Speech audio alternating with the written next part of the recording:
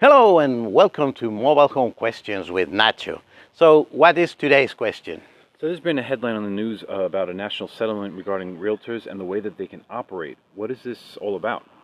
Okay, so yes, it's all over the news. There are changes in the real estate industry because of a settlement. So what basically that's about is that in the past, the commission, so who pays the agents was basically the seller. So you put your home for sale, you hire an agent, and you pay a commission, and part of that commission was for any other realtor that would bring a buyer, okay? And they will be given part of that commission, and in the end, the seller would pay.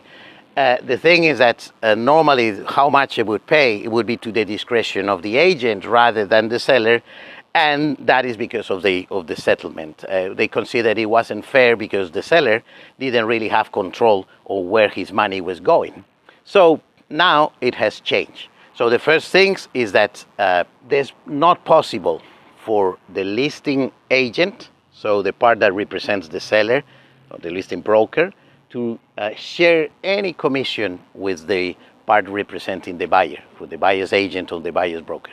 That's no longer possible. And the second thing is that to represent a buyer needs to be absolutely clear. So before showing any home or starting the process on helping somebody to buy a home, there needs to be a written agreement of representation in which you have to specify also that commission. That commission may still be asked to be paid by the seller through the offer. When you offer, you can say, okay, I offer you $300,000 for your home, and also as part of the closing cost, I want you to pay my agent. But the seller can say, yes, I agree to that, or can say, no, I don't agree to pay your agent, or I agree to pay part of that. If the seller doesn't agree, the buyer is going to have to pay that commission. Okay. So do the buyers have to pay anything up front? Well, upfront, never in terms of those commissions, because what we're talking about here are closing costs. So all the closing costs are paid at the end through escrow, and only if there's a closing. If there's cancellations or the deal doesn't go through, nobody pays any of these commissions.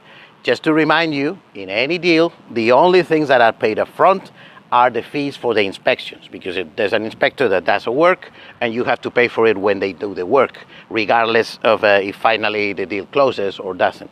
So nothing paid up front, but it is possible now that the buyer will have to pay the commission to his agent, because if the seller doesn't want to pay for it, like in the offer, the buyer's agent cannot work for free.